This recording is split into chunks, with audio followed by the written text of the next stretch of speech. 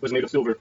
He made the shield in 5 thicknesses, and with many a wonder did his cunning hand enrich it. He wrought the earth, the heavens, the sea, the moon also, at her fall, and untiring sun, with all the signs that glorify the face of heaven, the Pleiades, the Hyads, huge Orion, and the Bear, which men also call the Wain, and which turns around ever in one place, facing Orion, and alone, and never distance the stream of Oceanus. He wrought also 2 cities, fair to see, and busy with a hume of men. In the one were weddings and wedding feasts, and they were going about the city with brides whom they were escorting by torchlight. From their chambers loud rose the cry of Hymen, and the youths danced to the music of flute and lyre, while the women stood each at her house door to see them.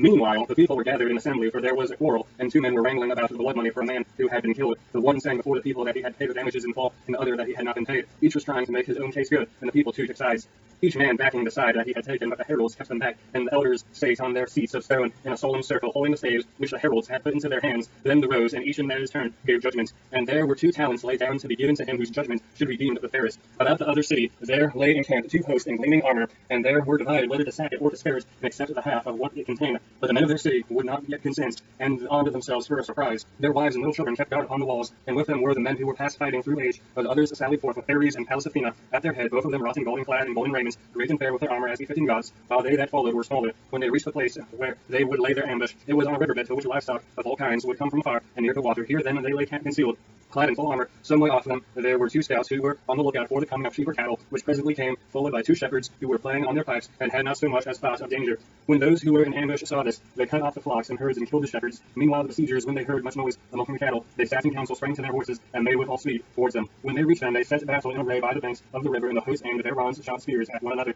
With them were strife and riot and fell face, who was dragging 3 men after her, one with a fresh wound, and the other unwounded. On the third was dead, and she was dragging him along by his heel, and her robe was bedrabbled in men's blood. They went in and out with one another, and fought as though they were living people, hailing away one another's dead.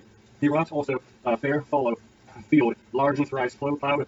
Already many men were working at the plow within it, turning their oxen to the furrow, furrow after furrow. Each time that they turned, on reaching the headland, a man would come up to them and give them a cup of wine, and they would go back to their furrows, like forward to the time when they should again reach the headland. The part that they had plowed was dark behind them, so the field, though it was of gold, still looked as if it were being plowed. Very curious to behold. His wrought also field of harvest corn, the reapers were reaping, with sharp sickles in their hands, swathe after swathe fell to the ground in a straight line behind them, and the binders bound them in bounds of twisted straw. There were 3 binders, and beheld them there were boys who gathered the cut corn in armfuls, and kept on bringing them to the bound. Among them all the owner of land stood by in silence, and was glad. Then the servants were getting a meal ready under an oak, where they had sacrificed a great ox, and were busy cutting him up, while the women were making porridge of much white barley for the laborers' dinner.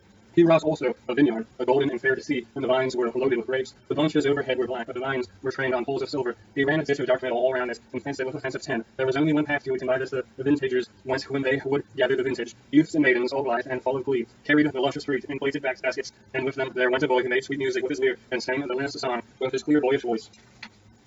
He wrought also a herd of horned cattle. He made the cows of gold and tin. They lowed as they came full speed out of the yards to go and feed among the waving reeds that grow by the banks of the river. Along the cattle there went 4 shepherds, old and in gold, and their 9 fleet dogs. Went with them 2 terrible lions that fastened on the bellowing bull that was with the foremost cows, and bellow as he might, they hailed him, while the dogs and men gave chase. The lions tore through the bull's thick hide, and were gorging on his blood and bowels. But the herdsmen were afraid to do anything, and only hounded on their dogs. The dogs dared not fasten on the lions, but stood by barking and keeping out of harm's way. The god wrought also a pasture and a fair mountain dale, and a large flock of sheep, and a homestead and huts, and sheltered sheepfolds. Furthermore, he wrought a green like that which Daedalus once made in Gnosis for lovely Arabina. Hereon there danced youths and maidens whom all would woo, with their hands on one another's wrist. The maidens bore robes of light linen, and the youths well-woven shirts that were slightly oiled. The girls were crowned with garlands, with the young men had daggers of gold that hung by the silver baldrices. Sometimes they would dance deftly in a ring with merry twinkling feet, as it were a potter sitting at his work and making trial of the wheel to see whether it will run. And sometimes they would go in a line with one another, and much people was gathered joyously about the green. There was a bard also to sing to them and play his lyre, while 2 tumblers went about performing in the midst of them, when the man struck up with his tune. All round the outermost rim of the shield he set the mighty stream